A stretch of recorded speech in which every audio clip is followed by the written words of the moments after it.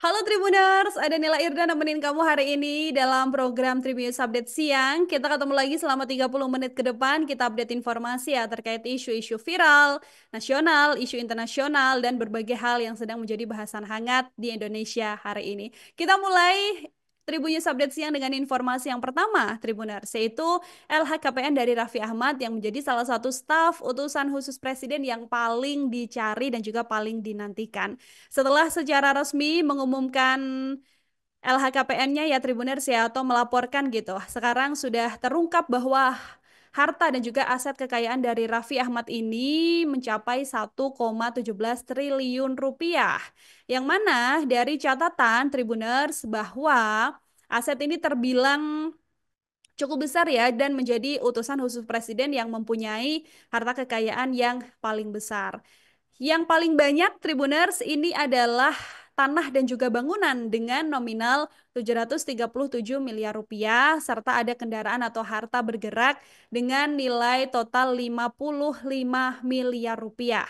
Meski begitu, yang paling mencolok dan menjadi perhatian publik Tribuners adalah kendaraan yang dimiliki sama utusan khusus Presiden bidang pembinaan generasi muda dan pekerja seni ini, yang mana tercatat Raffi Ahmad ini punya 12 mobil dan juga 11 sepeda motor. Rata-rata kendaraan yang dimilikinya ini masuk dalam kategori barang mewah. Misalnya aja ada Rolls-Royce Phantom tahun 2022 harganya 14 miliar, kemudian Ferrari yang harganya 14 miliar, dan juga Lamborghini yang harganya mencapai 9 miliar rupiah.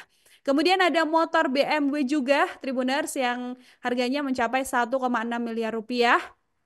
Dan juga ada Piaggio Vespa yang harganya 427 juta rupiah. Tapi di antara kendaraan mewah ini Tribuners, Raffi ternyata masih nyimpan motor bebek Yamaha F1 ZR tahun 2003 yang dari laporan LHKPN ini mencapai 15 juta rupiah aja. Ini menjadi kendaraan atau motor yang paling murah yang dimiliki oleh Raffi Ahmad. Kalau kita lihat harga bekasnya, mungkin cuma di kisaran 7 juta rupiah aja ya Tribuners ya.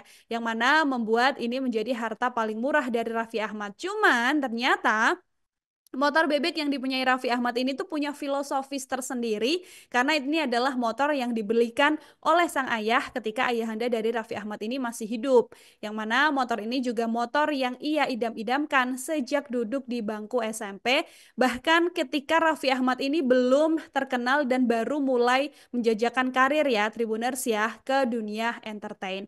Hal itu yang kemudian membuat dia merasa bahwa ini adalah motor yang paling berkesan dan patut disejajarkan dengan motor-motor dan juga kendaraan mewah yang dipunyai sama Raffi Ahmad. Oke, kita lanjut ke informasi selanjutnya. Ini ke perkara yang menyeret Presiden ketujuh, Bapak Joko Widodo dan juga Bos Agung Sedayu Group alias Aguan Tribuners yang sekarang dilaporkan ke KPK soal proyek Pantai Indah Kapuk 2. Komisi Pemberantasan Korupsi sendiri sudah menerima ya laporan dugaan korupsi proyek strategis nasional Pantai Indah Kapuk 2 Tribuners yang mana dalam laporan ini turut menyeret nama Presiden ketujuh Joko Widodo dan juga pemilik Agung Sedayu Group Sugianto Kusuma alias Aguan untuk kemudian nantinya diharapkan bisa diperiksa oleh KPK. Terkait hal ini, KPK sendiri memastikan ya Tribuners ya akan menganalisa seluruh laporan yang diajukan oleh mantan pimpinan KPK Abraham Samad dan juga sejumlah aktivis anti korupsi lainnya. Menurut KPK, melalui keterangan juru bicara KPK Tessa Mahardika Sugiharto sendiri, proses analisa ini akan dilakukan Tribuners untuk mengulik kebenaran dugaan tindak pidana korupsi yang menyeret nama bos eh Aguan ini dan juga Presiden ketujuh Joko Widodo. Diketahui KPK sudah menerima laporan dan juga kunjungan dari Abraham Samad ini pada Jumat lalu ya, Tribuners ya, yang mana sejumlah aktivis anti korupsi yang tergabung dalam koalisi masyarakat sipil juga ikut mendampingi. Abraham Samad sendiri mengaku kalau sudah menyerahkan berbagai dugaan korupsi PSN PIT 2 ini ke pimpinan KPK. Ia juga kemudian berharap bahwa permasalahan ini benar-benar diusut karena menurutnya pembangunan PIK 2 ini memang kental adanya unsur dugaan tindak pidana korupsi. Jadi Abraham Samad juga turut menyoroti penerbitan sertifikat di atas laut pesisir Tangerang, Tribuners, yang mana dengan adanya penerbitan itu yang belakangan juga sering disangkut pautkan dengan perkara PIK 2 ya, ini dikaitkan dengan praktik suap menyuap dari polemik penerbitan sertifikat itu. Nantinya KPK yang akan bertindak, Tribuners, jadi kita akan melihat ya sejauh mana kemudian penyelidikan dilakukan oleh KPK, pun nanti pihak-pihak yang kemudian dilaporkan oleh Abraham Samad dan kawan-kawan ini juga akan diperiksa apabila memang ditemukan sejumlah bukti ada dugaan tindak pidana yang menyeret nama-nama besar ini, seperti misalnya ex-presiden RI Bapak Joko Widodo ataupun pemilik grup Sedayu ya, yaitu Sugiarto atau yang biasa kita kenal Aguan, Tribuners. Kita lanjut lagi ke informasi selanjutnya, Tribuners, ini datang dari Satgas Ops Damai Kartens 2025 yang berhasil menangkap Yantis Murib alias Nosin Murib. Ini adalah anggota KKB yang selama ini sudah menjadi buronan alias DPO aparat gabungan. Yantis Murib ini ditangkap di Tribuners di Sentani Jayapura pada hari Jumat 31 Januari yang mana ia merupakan bagian dari kelompok KKB yang dipimpin oleh Jeki Murib alias Papanus alias Kasuari. Kepala Operasi Damai Kartens Brigjen Pol Faizal Ramadan sendiri bilang kalau Yanti Murib ini sudah lama masuk dalam daftar pencarian orang Tribuners karena keterlibatannya di berbagai aksi kekerasan di Papua. Nah, dalam penangkapan ini, tim Satgas Damai Kartens sendiri juga mengamankan beberapa barang bukti, misalnya KTP, kemudian ada dompet juga Tribuners, ada tiket pesawat, ada kalung manik-manik, dan juga nokens, serta sejumlah uang tunai. Dari keterangan Brigjen Faisal sendiri, berdasarkan hasil penyelidikan, Yantis ini terlibat dalam aksi penembakan terhadap dua warga sipil di wilayah Ilaga di tahun 2024 yang juga mengakibatkan seorang korban bernama Suherman ini mengalami luka di bagian kakinya, Tribuner. Sementara itu, dari keterangan Kasatgas sendiri, lantas mengimbau bahwa masyarakat Papua untuk tetap menjaga keamanan ya, dan juga ketertiban serta segera melaporkan dugaan potensi-potensi gangguan keamanan kepada aparat apabila menemukan aktivitas-aktivitas yang membahayakan dari kelompok separatis di wilayah Papua ini. Kita lanjut ke informasi lainnya, Tribuners. Ini datang dari informasi yang viral di media sosial, yaitu adanya aksi kekerasan terhadap anak di bawah 5 tahun atau balita yang terjadi di kawasan Karangtengah, Tangerang, Banten. Kejadian yang terekam CCTV ini, Tribuners, dilakukan oleh seorang guru berinisial IA yang berusia 25 tahun yang terlihat membanting balita perempuan yang baru berusia 1 tahun 11 bulan. Aksi yang dilakukan oleh sang oknum guru ini berujung viral di media sosial, Tribuners, yang mana alasannya pelaku ini mengaku kesal karena korban kerap sekali menangis ketika diajak untuk berkeliling ke perumahan. Padahal kan anak 1 tahun 11 bulan tuh udah tahu apa gitu ya, Tribuners, tapi kemudian aksi kekerasan dilakukan oleh terduga pelaku. Menurut keterangan Kapolres Metro Tangerang Kota, Kombes Zain Dwi Nugroho sendiri bilang, pelaku ini adalah guru SD swasta yang juga menjadi guru kakak korban di sekolahnya. Dari keterangan Kapolres, guru ini datang ke rumah orang tua korban untuk pembicaraan menjadi guru mengaji sang anak. Jadi si adik ini tuh punya kakak, nah kakaknya ini akan diajar oleh si oknum atau si terduga pelaku ini untuk mengaji Tribuners. Di momen inilah korban kemudian bertemu dengan pelaku dan diajak untuk berkeliling-keliling kompleks perumahan. Meskipun sedang berkeliling menggunakan sepeda milik tersangka sendiri, korban ini terus menangis ya Tribuners ya di sepanjang perjalanan. Alhasil itu bikin kemudian terduga pelaku ini kesal karena melihat korban terus menangis ketika diajak berkeliling perumahan yang mana kemudian membuat aksi kekerasan dilakukan. Pelaku sudah ditangkap Tribuners oleh Unit Perlindungan Perempuan dan juga Anak Satreskrim Polres Metro Tangerang Kota yang mana nantinya setelah ditangkap ini juga IA ini sudah secara resmi ditetapkan sebagai tersangka dan nanti masih akan dalam pengembangan pihak kepolisian lagi ya Tribuners ya terkait apa yang kemudian akan disangkakan oleh pihak kepolisian terhadap terduga pelaku ini sendiri. Akibat perbuatannya ini, IA kemudian disangkakan dengan pasal 80 ayat 1 dan juga 2 junto pasal 76 Tribuners ini dengan ancaman maksimal 5 tahun penjara, yang mana sekarang pelaku juga sudah langsung ditahan di rutan Polres Metro Tangerang Kota dan kasusnya ditangani oleh unit PPA setempat. Seperti itu. Kita lanjut lagi Tribuners ke informasi lainnya. Ini terkait perkara yang menyeret nama AKBP Bintoro terkait dugaan pemerasan atas kasus hukum Tribuners. Terkait hal itu, Kapolres Metro Jakarta Selatan Kombes Ade Rahmat Itnal ini membantah tudingan kuasa hukum dari tersangka Romi Sinombing terkait kasus pemerasan yang dilakukan oleh AKBP Bintoro. Ade Rahmat sendiri disebut-sebut Tribuners ikut menerima uang 400 juta agar kasus yang dialami oleh seorang korban atau yang dialami oleh seorang pelaku berinisial AN ini bisa dihentikan perkaranya.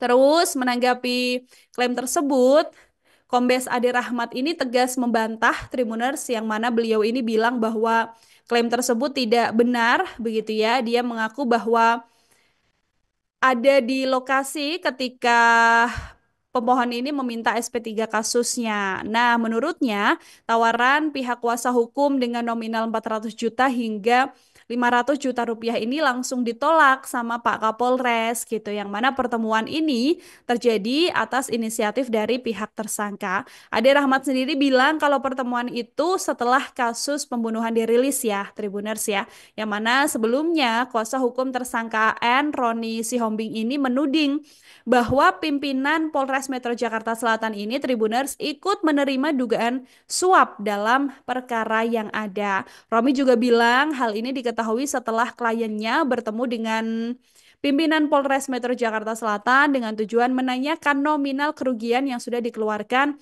oleh tersangka AN. Nah, dia ini ngeklaim kalau pihaknya punya bukti-bukti dan juga keterangan saksi yang cukup kuat atas tudingan tersebut ketika kliennya bertemu dengan pimpinan Polres Metro Jakarta Selatan. Kasus yang kemudian menyeret nama AKBP Bintoro ini, Tribuner sampai sekarang juga masih bergulir ya. Yang mana Romi tidak menjelaskan secara detail terkait siapa sosok pimpinan Polres Metro Jakarta Selatan yang diduga juga menerima uang dari tersangka AN. Dia cuma memastikan bahwa 400 juta rupiah ini bukan yang mengalir ke AKBP Bintoro, melainkan ke atasannya. Sehingga kemudian muncullah nama Kapolres Jaksel ini yang diduga juga terkait pemerasan yang dilakukan atas perkara yang menyeret AKBP Bintoro. Ini kasusnya masih berjalan, nanti kita akan update lagi Tribuners kalau sudah ada perkembangan dari pihak kepolisian, karena dugaan pemerasan dan tindak pidananya juga sedang ditangani ya, dan sepenuhnya diurus oleh pihak kepolisian. Dari kasus AKBP Bintoro kita lanjut lagi ke informasi lainnya, Tribuners. Ini update rekaman CCTV momen ketika korban mutilasi di wilayah Ngawi yaitu Uswatun Hasanah sempat terekam sedang makan malam bersama dengan pelaku pembunuhan dan juga mutilasi yaitu Anto alias Rohmat Trihartanto Tribuners. Kasus ini mencuat setelah korban ini ditemukan disimpan di dalam koper ya yang kemudian dibuang di beberapa lokasi di wilayah Ngawi, Jawa Timur, yang mana berdasarkan informasi terbaru, Tribuners beredar rekaman CCTV yang kemudian menunjukkan momen ketika Anto dan Uswatun Hasanah ini menikmati makan malam bersama di sebuah restoran yang ada di Jalan Mayor Bismo, Semampir, Kabupaten Kediri. Dari rekaman ini diambil beberapa jam sebelum kejadian tragis itu, Tribuners, tepatnya di hari Minggu 19 Januari malam. Nah, dalam 3 file video CCTV, terlihat Anto ini pakai kemeja flanel lengan panjang bermotif kotak, sementara Uswatun Hasanah sendiri pakai pakaian berwarna merah muda.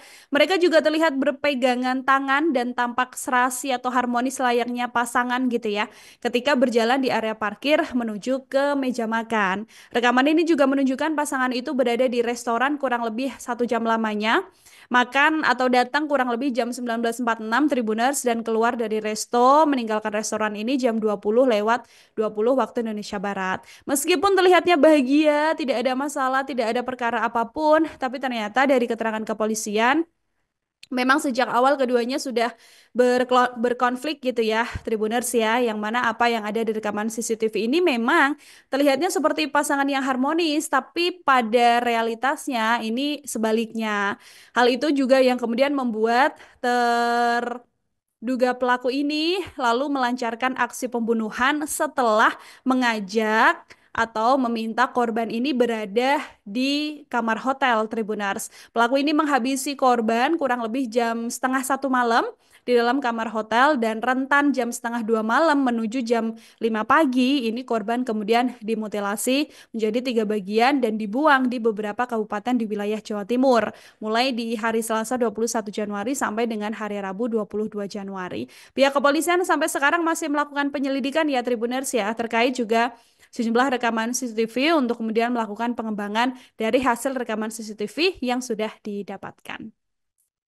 Dari kabar itu kita beralih ke informasi lainnya, Tribuners. Ini adalah seorang ibu rumah tangga yang viral di media sosial setelah dibantu oleh Gubernur Jawa Barat terpilih Deddy Mulyadi, tapi uang bantuan ini malah dipakai untuk membeli sepeda motor, padahal seharusnya ini dipakai untuk membayar utang. Ibu rumah tangga bernama Irma yang berasal dari Depok ini kemudian dinilai tidak amanah ya Tribuners ya terhadap bantuan yang kemudian diberikan oleh Deddy Mulyadi. Karena Deddy Mulyadi ini sempat memberikan bantuan 40 juta kepada Irma untuk membayar utang, tapi uang ini justru disalahgunakan gitu ya karena dipakai untuk membeli sepeda motor dan juga televisi. Jadi singkat cerita, Pak Bang Deddy Mulyadi ini sempat memberikan bantuan setelah Irma ini mengaku punya utang 3,5 juta rupiah Tribuners yang dipinjam kepada tetangganya untuk kepentingan pemakaman. Nah, dari 3,5 juta rupiah ini kemudian Deddy Mulyadi memberikan bantuan senilai 40 juta rupiah. Irma juga mengaku tinggal di sebuah kontrakan bersama dengan suami dan anaknya. Dari pesannya Deddy Mulyadi, ini diminta bahwa uang itu dipakai untuk membayar utang, kemudian sisanya bisa disimpan untuk tambahan membeli rumah.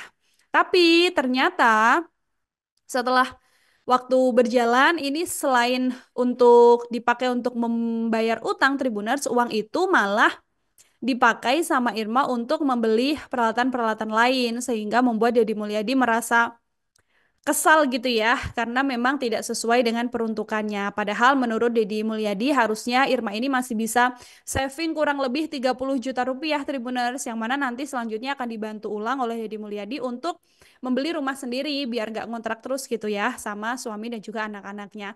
Tapi justru dipakai untuk beli motor dan juga beli TV. Ketika ditegur Irma ini juga bilang kalau anaknya butuh motor untuk sekolah gitu ya, sehingga ia memutuskan untuk membeli sepeda motor itu. Jadi Deddy Mulyadi kemudian merasa bahwa sikap konsumtif dari Irma ini yang membuat hidupnya selalu kekurangan karena ketika punya uang lebih ini bukannya disimpan atau digunakan untuk urusan-urusan yang bermanfaat gitu ya, tapi langsung dipakai untuk membeli kebutuhan-kebutuhan yang menurut Deddy Mulyadi tidak perlu-perlu amat gitu, Tribunans. Kita lanjut lagi yuk ke informasi lainnya. Adakah yang masih ingat dengan sosok Bu Ida Dayak? Nah, jadi setelah sebelumnya viral banget di media sosial ya, sempat dikawal juga oleh sejumlah anggota TNI. Sekarang ada kabar terbaru yang ternyata Ida Dayak memang sudah jarang tampil di publik ya, Tribuners ya, untuk melakukan pengobatan alternatif. Padahal dulu kalau kita tahu Ida Dayak ini sampai dikawal anggota TNI ketika menggelar pengobatan alternatif di Markas Divisi Infanteri 1 Kostrad di wilayah Cilodong.